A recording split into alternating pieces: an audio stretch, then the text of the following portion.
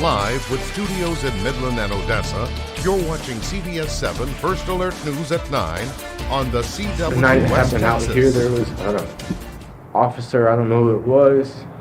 He always promised me that it would be solved. And when it became a cold case, I gave up. I gave up a long time ago. An Odessa family is finally getting closure. In our top story tonight on CBS7 News at 9, we talk about the OPD cold case that left detectives haunted. Thanks for joining us for CBS7 News on the CW. And thanks to those of you joining us live on our CBS7 YouTube. I'm Lauren Munt, and our top story tonight is an update on an OPD cold case. In November 21st of 2019, Brandon Swinney was murdered while his 10-year-old son watched.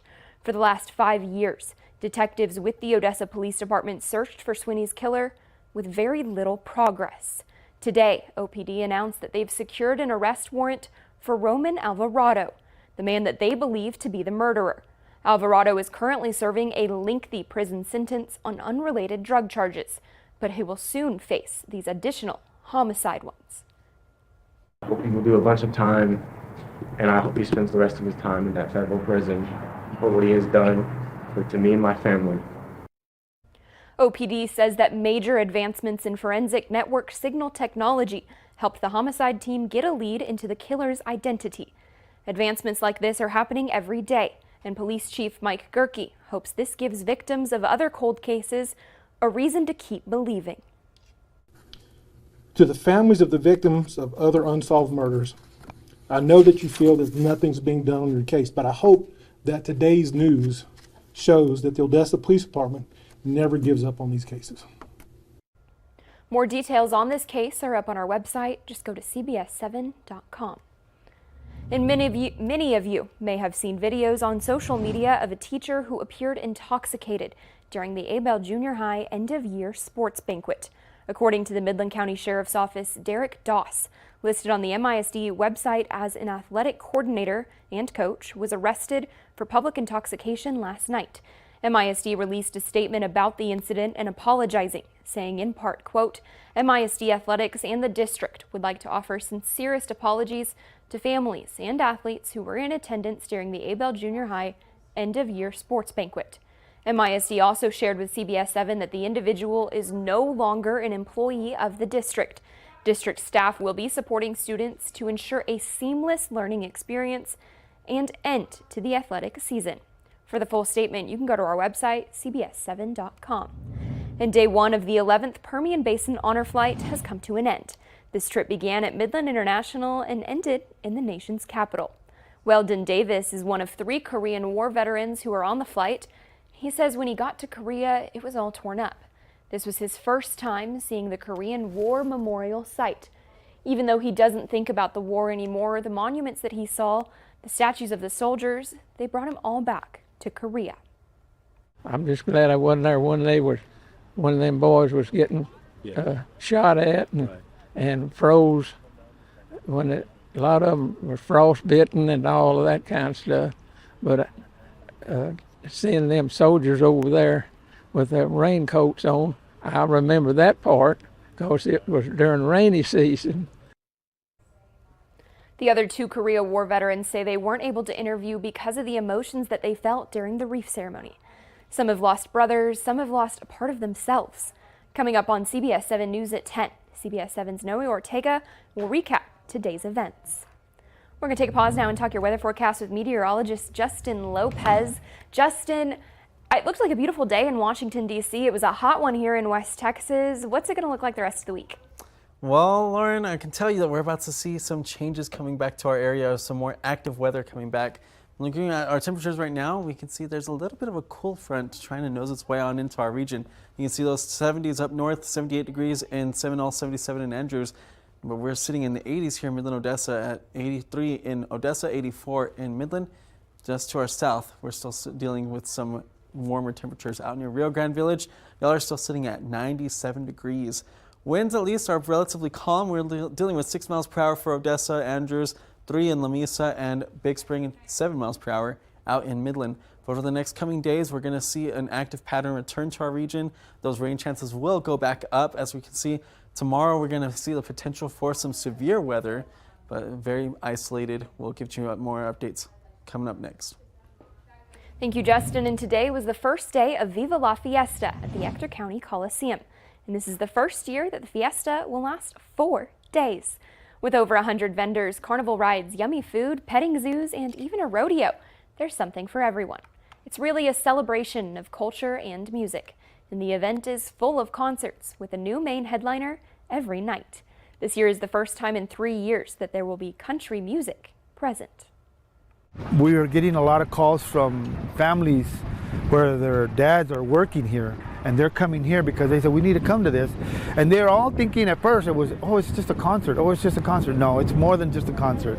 It's a family event. That's why we bring all the attractions out here so that during the day, you've got all the family shows, and at night, we ended up with a concert. All new this year is a Mexican rodeo. It's called Charreada, and they're also adding an indoor sports tournament called futsal, which is soccer with a twist. One of the biggest new attractions we added inside the Coliseum, we've got about 60 teams coming from all over to play soccer, which is, they call it futsal. It's something different. It's indoor soccer, but they play it like on a basketball court. Viva La Fiesta is offering a 3-day pass for people to purchase for the entire weekend. With the purchase of one, all the shows and concerts are covered, and the event runs through May 5th. We've got continuing coverage on some West Texas roads that we first told you about in January. With one neighborhood's roads ruined, Alex Rodriguez turned to his community, who were more than happy to fix them. Maccabi Avenue once had potholes nearly a foot deep, which isn't only dangerous for the residents but also emergency vehicles. And after years of contact, the road owner, Alex Rodriguez, began organizing the repair, launching a nonprofit and collecting donations. I mean, no one else was going to do it, so I decided to do it myself. Mr. Alex, I reached out to everybody here, and, we need more people like him here in West Odessa, and he was actually reached out and was able to make it happen. RBP Hauling retrieved the materials, and Amani's mobile services brought water for neighbors to compact and spread. They also made speed bumps, hoping that it'll help drivers maintain the fixed road, especially after thousands of dollars in donations and over 100 hours of work. Some education news for you now. Midland Christian has announced a new and improved expansion for their athletic department. They purchased 42 acres of land at Mockingbird and Garfield in North Midland. Faculty at Midland Christian saw a demand for upgrades in their athletic facilities when trying to identify the need of the school. The 42 acres, only 2 miles from the school, will now be home to a track, softball, and baseball field, along with multiple tennis courts and room for more to come. For athletic facilities, it leaves another 12, 13 acres of opportunity for growth, and it puts opportunities for that growth in the hands of our future leadership teams well down the road to make decisions and have an area to expand if that was something that needed to be happened down the road. For years, Midland Christian School has borrowed facilities from other high schools in Midland College. Now they'll have a place to call home. So that's a desire of ours, to have every program at our school to have their own home, their own place that they can cultivate and build their own traditions and their own memories. And yeah, it's exciting to dream about that. The school says that the facilities should be completed within 3 to 5 years, and they're currently working on groundbreaking plans. Still ahead, the president condemning the anti-war protests that have turned violent since police have started forcing students off of campus. Those details up next.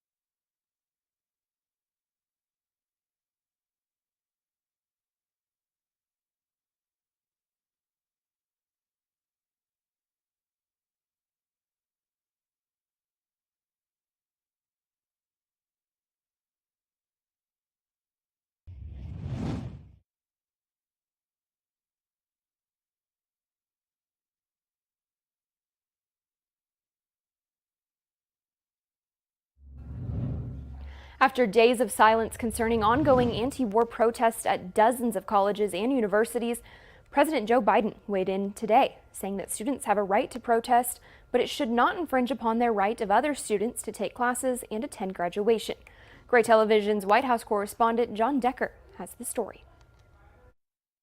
For the first time since pro-Palestinian protests began on college campuses over a week ago, the president spoke out on the issue, defending the right of students to exercise their free speech, but also condemning violence at universities and increasing episodes of hate speech. Make no mistake, as president, I will always defend free speech, and I will always be just as strong in standing up for the rule of law. That's my responsibility to you, the American people, my obligation to the Constitution. At campuses like George Washington University and the nation's capital, students have erected pro-Palestinian encampments in prominent public areas aimed at protesting Israel's war against Hamas. Some of those protests have turned violent, and the unrest has forced the University of Southern California to cancel this year's commencement. There's the right to protest, but not the right to cause chaos. People have the right to get an education, the right to get a degree, the right to walk across the campus safely without fear of being attacked. But let's be clear about this as well. There should be no place on any campus, no place in America for anti-Semitism or threats of violence against Jewish students. In recent days, congressional Republicans have criticized the president for not speaking out on the campus protests, accusing him of being weak on law and order. The Supreme Court has said under the First Amendment that time, manner, and place restrictions are neutral, and so the university can put those in place. People can continue to protest, say what they want. This is a free country, but they need to do so in accordance with those rules. The president said the protests have not forced him to change his Middle East policies, and he gave a firm no when asked if the National Guard should be brought in to end the campus protests, as some Republicans have suggested. For Local News Live at the White House, I'm John Decker. Well, after a calm day across West Texas, we are expecting some more activity tomorrow and heading into the weekend. We'll get you updated on all that coming up next.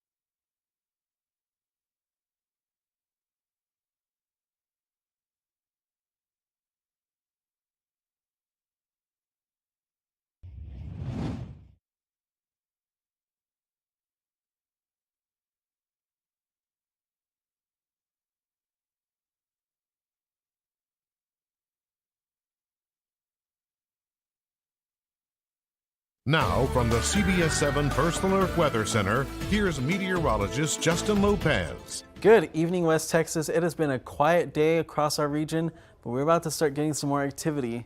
Looking at our temperatures right now, though, we are starting to see a little bit of a change. Cold front was trying to make its way on in, but it seems like it has stalled to our north. You can see those temperatures are at 78 degrees in Seminole, 79 in La Mesa. Midland, Odessa, we're sitting at 83 here in Odessa, 84 in Midland, and then 82 out in Big Spring. And it's a little cooler out there toward Marfa. Y'all are sitting at 70 degrees. Winds across our area are luckily not all that bad, coming out at 6 miles per hour here in Odessa and in Andrews. Calm conditions out in Seminole, and then Dryden. Y'all are also looking at calm conditions.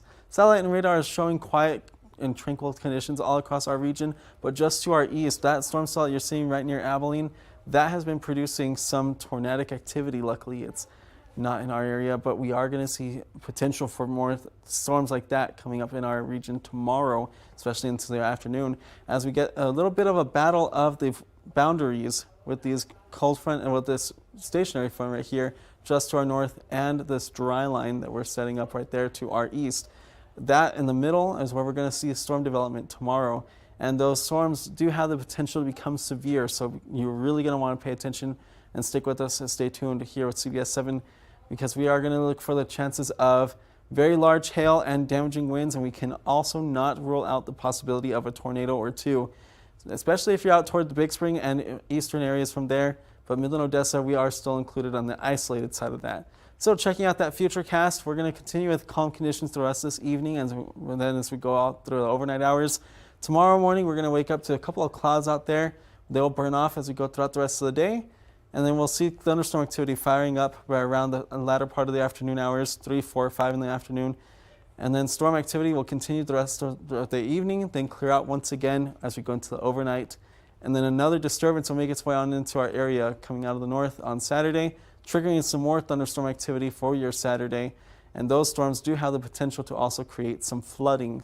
Now, tonight, we're going to see temperatures dropping down into the 60s and 50s, 61 for Odessa, Midland, Monahans, and Big Spring. Tomorrow, we'll see highs in the upper 80s and low 90s, 89 for Midland, Odessa. And then that 10-day forecast, we're going to see cooler and rainier conditions pretty much sticking with us through the next couple of days for your weekend.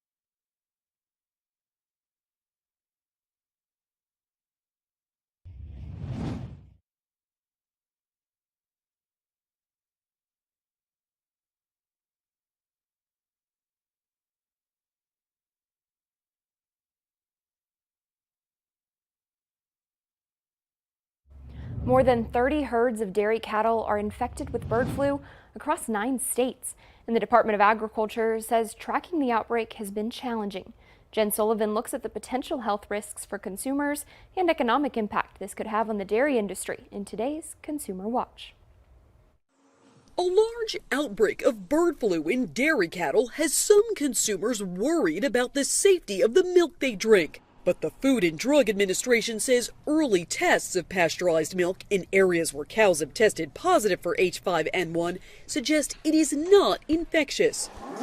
It is safe and certainly not something they should be worried about consuming. Alan Birga with the National Milk Producers Federation, which represents dairy farmers, says heating or pasteurizing milk briefly kills harmful bacteria and viruses. We have 100 years of scientific background that shows that pasteurization is effective at making viruses like this inactive and not a threat to human health. The USDA has reported more than 30 herds of dairy cows infected with bird flu across 9 states. But the FDA says their testing shows the commercial milk supply is safe. But H5N1 can be dangerous to animals. In other mammals, there has been a lot of destruction as a result of this virus. Meanwhile, the USDA says food safety officials are testing samples of ground beef from grocery stores for traces of H5N1. But could the bird flu outbreak impact prices? We're not seeing any concerns about shortages. We're not seeing any concerns about problems on prices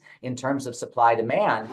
To help contain the spread and identify further cases, the USDA says it will require a negative test for influenza A for any cows traveling over state lines. For Consumer Watch, I'm Jen Sullivan. In some more environmental news, trillions, yes, that's right, trillions of cicadas are emerging across the country after more than a decade underground. In central Illinois, there's a rare opportunity to see 2 types of cicadas together for the first time in more than 200 years. Dave McElhoff was in northeast Georgia when the first cicadas began surfacing there. He's got more. These are the coming attractions. As you can see right here, it's going to split open. A synchronized symphony of cicadas emerging from the Midwest to the East Coast. So this is the first place to emerge in the United States? Yeah. In northeast Georgia, it's the moment tree expert Campbell Vaughn has been waiting 13 years for. Emerging from the exoskeleton, drying their wings, and then they're going to fly off. This guy was living underground for 13 years. It's not like they create generations underground. It's a big party for 13 years. Take a second and just listen to this. In real life, it's hard to tell exactly where the sound is coming from. That's because it's all happening in the treetops, 60 feet above us. This is where the action happens, where they are separated from predators that will gobble them up. They're looking to attract a mate. This is the first time this has happened since Thomas Jefferson was president. This year, in a rare dual emergence, the 13-year brood is making its appearance at the same time as the one that surfaces every 17 years, a cycle that aligns every 221 years and hasn't happened since 1803. Some folks in southern Illinois will get to see the once-in-a-lifetime show. We're going to be looking at trillions of cicadas coming out this summer across Illinois. Oh, wait, I think I got one. We went to the University of Illinois where they're not only digging for cicadas, it's a boy, but also cataloging generations of them. These specimens are from the great grandparents of the generation that's coming out this year. For cicadas, their long wait can sometimes end quickly. Everything eats them, from birds to squirrels. Snakes and frogs and people. People, we might get lucky to do that. Is this something that people are actually doing in the neighborhood? I've never heard of this. With a little hot sauce, these are a very rare kind of wings. You just ate it. What does it taste like? Not bad. But everyone gets full eventually. The survivors will mate and lay eggs, and when the youngest cicadas hatch and fall into the soil, it's their turn to wait a lifetime for their moment. Dave Malkoff, CBS News, Lincoln County, Georgia.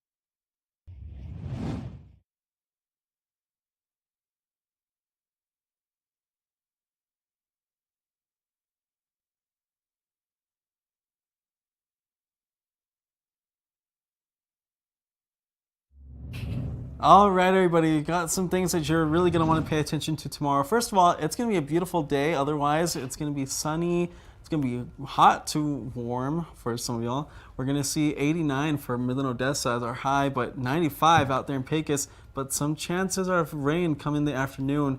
Some of those might be severe. We are going to be dealing with the severe weather outlook. Scattered thunderstorms out toward the east. So it's going to be, we're looking at hail. We're looking at potential for damaging winds, and we cannot rule out the possibility for a tornado. Luckily, though, in our 10-day outlook, we're going to be seeing better conditions for next week. But for this week, I know that there's several people, Lauren, who are going to be heading off to the fiestas. I've got next week planned, and I need it to be bright and sunny for next week. Oh, you're good then. This week, I think I'm okay with a little rain. Next week, I am planning a bridal shower, and I need it to be sunny. So as long as you keep that, I'm good. I'm good. Yeah, so at least next weekend or next week, we should see some calmer conditions. But this weekend's going to be a soaker, especially if you're heading to the fiestas. And be sure to stick with CBS7 First Alert News on air, on the website, and on the First Alert weather apps for anything happening weather-wise or news-wise over the weekend. Thanks for joining us. CBS7 News at 9. We've got more news coming up tonight at 10.